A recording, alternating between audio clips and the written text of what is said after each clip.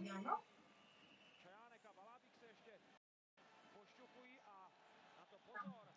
Jágr musí Čajánka chránit, protože Valábík to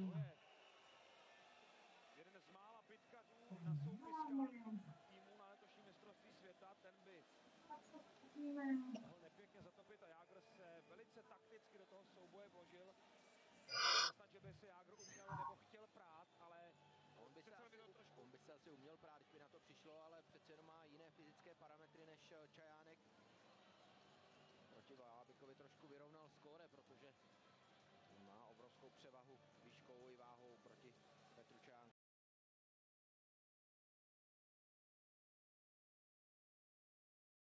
Byť nožkou, dobre?